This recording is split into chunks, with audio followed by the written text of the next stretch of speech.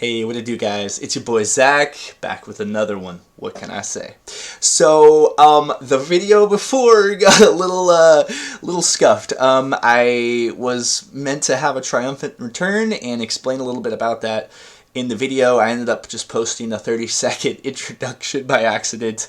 So I remedied that. There is the full gameplay if you're interested in Sultai Mill. But guys, for all of you stopping by today that haven't seen the channel, I hope you'll like this deck today. It's a good one. And yeah, if you do, let me know. So, let's talk about it a little bit. I'd like to explain sort of my justifications, and, you know, the numbers, like why 3, why 2, you know what I mean? So, let's hop into it. This is, again, an Azorius control deck. I'm running 61 cards in the deck. We draw a lot of cards. 61's fine. The mana base works out. We are running 24 lands, though. We really are sort of centralized around our 2 and 3 drops. I really like Aether Channeler a lot, which I will start with. So, let me move my cursor over yonder.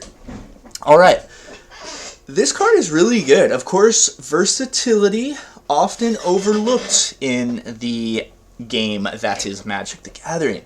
But when versatility comes in the mode of 3, or in 3 modes, and all of the modes are good, what you have is you have a perfect 3-drop. I think right around the 3rd turn of the game is when crucial momentum swings are happening, and I think Aether Channeler allows you to facilitate a lot, especially with the theme of the deck.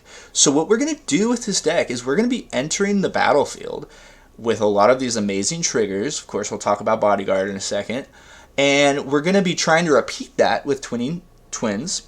Now, if you don't know, if you're relatively new to Magic, when they swing into us, we can block and then exile our creature, and it basically absorbs the swing, right? The damage is issued to a creature. Now that creature is no longer on the battlefield, so it fizzles. Now, we are thus getting value from neutralizing that effect and then returning it, often returning something to their hand, getting another board presence, getting another creature, notably a flyer, or just drawing a card, ensuring that we get that one of our 24 lands. And our 4 drops are great. Of course, Twinning Twins, the second half. This is a Ward Vigilance creature. Let's go, baby. Great card. If you don't have the rares to spend on this, Thread, Buy, and Click. This is a great uncommon. Destroy target tapped creature? Yeah, I mean, a lot of creatures are going to tap. Even Sholdreds are going to swing into you eventually, and you can sort of facilitate that and almost bait it in a way. A 3/3 flyer isn't crazy, but that's going to help you end the game if they don't have any flying answers, right? There aren't too many great reach creatures. In my last video, the Sultai deck, I pointed out the spider, the 4-drop spider. I can't remember the name. But other than that guy, I don't think you'd be worried about too many reach creatures or anything like that. Now, Sarah Paragon, the actual engine, and it acts as a glue to the deck because, again, our 3-drops are saucy. We're going to be taking out their thing, right? And if it's a token permanently, they're often going to remove this, whatever. We're going to stall them a little bit. We can get it back, and then it's later in the game now. Maybe they lay their Titan of Industry. Maybe I don't know, maybe they're laying a big boy, and this guy will just say, nope, nope, and often they're going to run out of sauce unless they have a larger card draw, and we should outvalue them because we are Azorius. Aether Channeler is returning things to their hand. Now, we often can take things out with Touch the Spirit Realm, and say we want this back, well, shiver my timbers. We can bring it back with this boy. Now, this also has a channel effect. Now, this is insane. This card is so good. One of my favorites, gosh. It acts as sort of like a, another effect of Twinning Twins, and you sometimes kind of just, this will be a dead card on turn 3, and you'll feel a lot better about using this channel ability than just sort of sitting there doing nothing with it. Say if you don't have an Aether Channeler or a Bodyguard, which you often will, but there are opportunities where these are just immediately blown up and then you don't have a replacement. Things like that. Ambitious Farmhand is in the deck to help us ramp. Let's go, baby. You can't go wrong with that. And now our 2-drops are where we really shine too. This is a great card. This is based off the champion who won the World Tour, or sorry, the MTG official Pro Tour. Forgot what the official name is. But great card. Late in the game, we're going to have a lot of mana. We're sort of stalling late in the game. 4 mana is great. We can get to 8 sometimes, but just forcing them to draw another card and we getting one more than them is sort of always going to be good in a deck like this. And Spell Stutter. They have to pay an additional 1 for each fairy we control. Well, we actually do have fairies, and these are going to stick around. We don't have too many other fairies. This is not a fairy, that's an angel. In fact, we don't have any other ones. But if one guy sticks around, well, all of a sudden, these copies of Spell Stutter is a lot more potent. You could run Make Disappear, but this is just strictly better if you have any fairies, in my opinion. If you don't plan on bargaining, that's sort of the idea, or sorry, casually one of Make Disappear. Fading Hope is the best 1-drop in the game. Skrelv is Skrelv. If Skrelv goes untouched, then perfect. We can protect our Sarah Paragons, and they can just bring back our amazing 3-drops all day, baby. Runic Shot, pretty good. We're running both these colors, so the Scry 2 can just be really, really, really helpful at certain points of the game. And so that's sort of it. We do have a Glass Casket. Again, these are permanents. We can't bring, yeah, it's only, yeah, so we can bring the glass. I haven't played this, or my brain has pudding in it. I haven't played this in a couple days, but this was a deck that I used to grind quite a bit before I took a little bit of a break. And Expel the Interlopers, guys, at slot 5 here. Bam. You know, this is like an amazing card. Like, what is wrong with this card? There's like nothing wrong with it for a sweeper. Like, I fail to see, I don't know, there's a lot of sweepers, but this one to me seems really, really good, especially because we don't have like a notable emphasis on going large, and you know, we're not going to be larger than like 3 and 4. So if we can, you know, if we're against a green deck or any deck that massively is boosting their creatures or putting tons of counters, yeah, this is just like, hello, one-sided board wipe? One-sided board wipe. Virtue of Loyalty, absolutely great. Acts as another 2-drop, helps fill that gap. And of course, if we can lay this as the enchantment, boom, bam, bang, we are in business. Now to Fairy, if you don't have the Mythic spell on this, you could probably find something else for kind of a late game threat. Maybe some blue 4 and 5 drops that are just huge momentum swings. Maybe like some insane counterspell thing. But I think that Teferi offers, like, the Vigilance creatures are, it's basically like you need to go above that or you lose, and Vigilance is an underrated ability because of that. Once it gets to a certain threshold, and say if you're against like mono red, they just like can't burn it down, and they can't swing into it without losing a creature each time. It's just insane, and I mean it's gonna help draw our cards, and every time you draw a card, you put a loyalty counter. You're often not going to -12. The -12. I don't know. I've seen better. So, let's go into the games after I talk about Water. Great card. Another board wipe. So, we have basically 4 copies of a board wipe with the 2 Expel the Interlopers. And another way of adding board presence in the form of tokens. Great card. Great card. So, our mana base, we do have 1 Mishra's Foundry. I don't really like this card too much. It's pretty relatively, you know, tame. We can sacrifice that, bring it back with Sarah Paragon if we really, really need to draw cards, and say they exile our graveyard or something the turn before. So yeah, Fairy Ballista is also one of those. Iganjo, you know, we have another Iganjo. This is just another removal spell. Helps complement Runic Shot, Touch the Spirit Realm, and Werewolf Bodyguard. Cool. So that's the deck. Let's get into it, baby. Also, don't forget to subscribe if you like the content. And if you are one of the original 50 subs, I really kind of owe you an apology for just leaving like that with no word. And I want to look back through some of the messages and give you guys a heartfelt response, because you guys really did inspire me to a tremendous degree. So, thank you. Alright, let's do it. Barely, and then wipe them. Which, hey? All planned. See, I wanted to overcommit. Yeah, just let him overcommit. Just let him flex on us. You know, we're gonna top deck the mana. Oh, no! I even did the rain dance. But we can cast this, which can get rid of this, get us another blocker. This has to be on our turn, right? Yeah. So we can't do anything fancy McLancy. Go ahead, get this boy.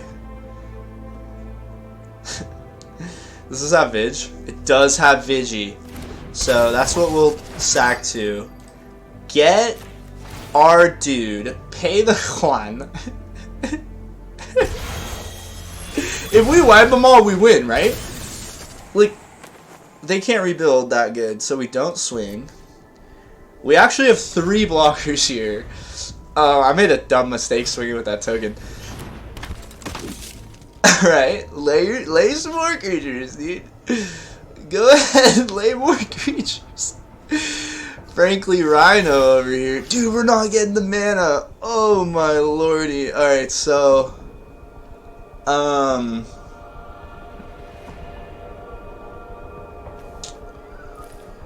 This dude didn't attack? That's so weird, actually.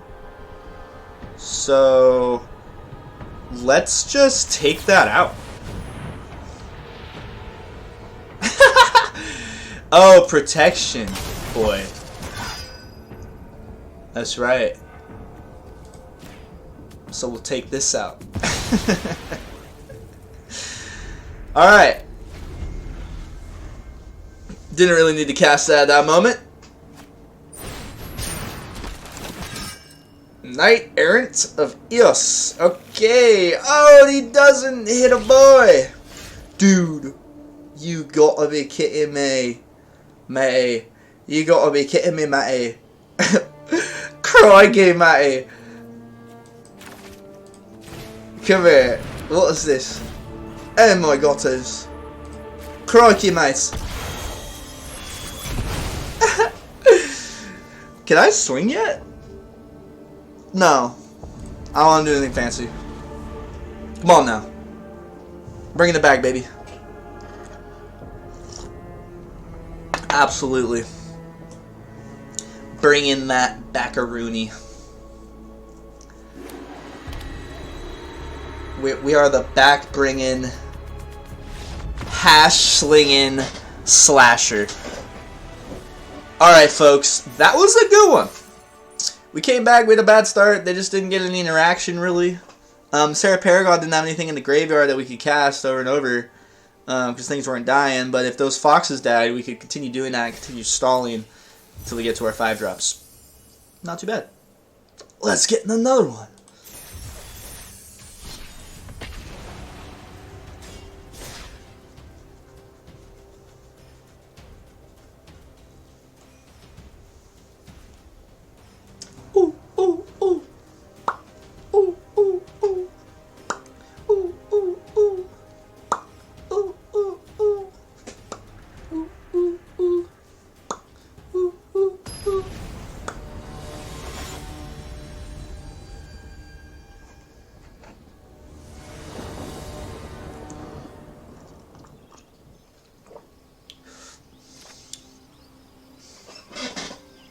What it do? Alright, game number 2. I think we're going to do 2 today.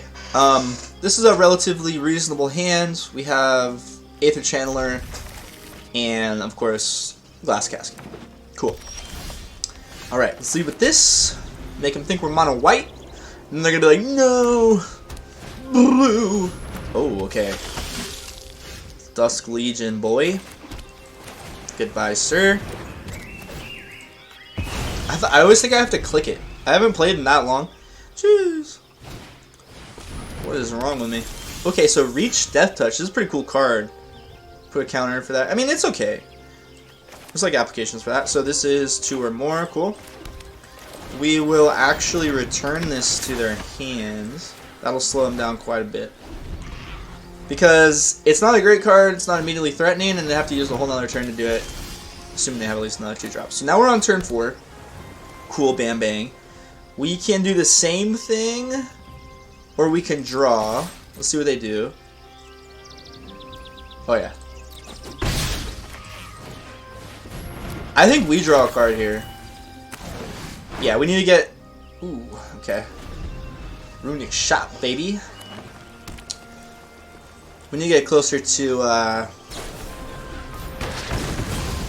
what have you.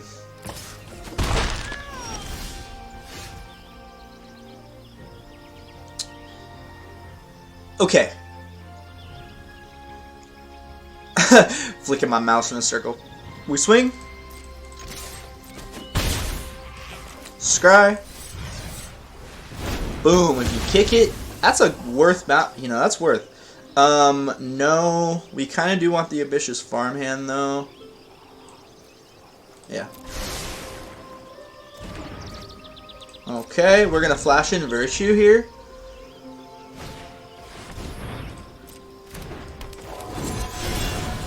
Alright. Now, farmhand. Excellent.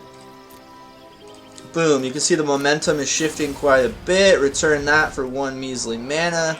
We don't necessarily want that right now. They don't have much going on. Throw that down. Alright, cool. Excellent series of events. Our opponent is getting mana screwed. What kind of deck is this, though? Interesting. It's a counter deck, and they just didn't really have any like dorks or 2-drop around. That's unfortunate.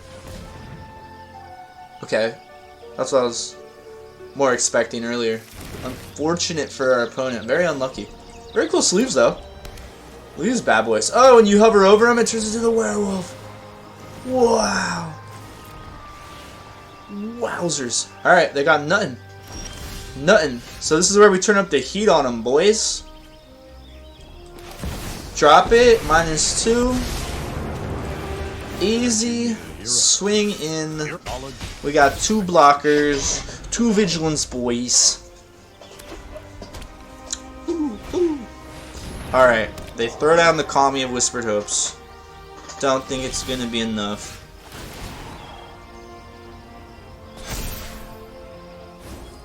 Alright, lay the mana. Let's go ahead and draw a card, make this boy bigger. We're going to drop the Emperor.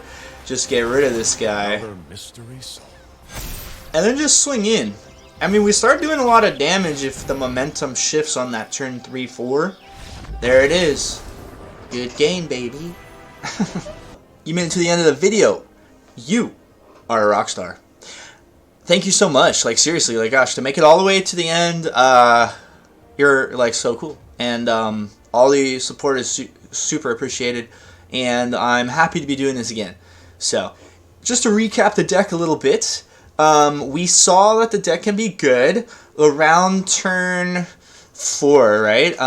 We want to drop our Sarah Paragon, but if we don't have anything in the graveyard, it's not necessarily so powerful. So we may want to think about adding some more permanents that benefit with getting Sarah Paragon, you know, using its ability rather. Or we could lessen one of these. We could throw in another Skrell, things like that. Or, we'll just go ahead for consistency's sake, turn that. We could try to ramp faster, maybe throw in another ambitious farmhand, maybe some more cards that stall, and maybe not necessarily as much reliance on the enter the battlefield trigger stuff. Werewolf Bodyguard, Werefox, got to do a lot, and you can see that his ability can target our own creatures, which is kind of unique considering that we have board wipes coming. If we want to preserve that creature, like, we could then expel the interlopers, which we didn't really get to do in today's video. But you can see that, like, turn 5, that's just like a huge momentum swing, or slam down to Fairy if we're in that position, and this is a very hard to deal with Planeswalker. Eternal Wanderer is just an insane board wipe on a body, basically, on a permanent. So, you know, Aether Channeler is just insane, and the synergy with Touch the Spirit Realm, you know, we got to see that a couple times. You discard it to get some value, protect your own guy, or stall their guy, or destroy a token. And then later you can return it back with Sarah Paragon casting it normally. So that's kind of cool. So we got a little bit of fun today. There's definitely a lot more to experiment about with this deck. But I thought I'd just give you a rough shell. This is a powerful sort of archetype right now. And yeah, I can't wait for Caverns of Ixalan. I'm going to be making a lot of content. It's going to take a while to sort of readjust. And yeah, again, if you're one of those original 50 subscribers, I'm going to try to read back through my comments and reach out to you guys, because you guys are the original supporters and you have no idea what you mean to me. So anyway, trying to continue. I'm going to try to get to 100 subs and just post a video every single day. So thank you so much, and have a great day. See you on the arena.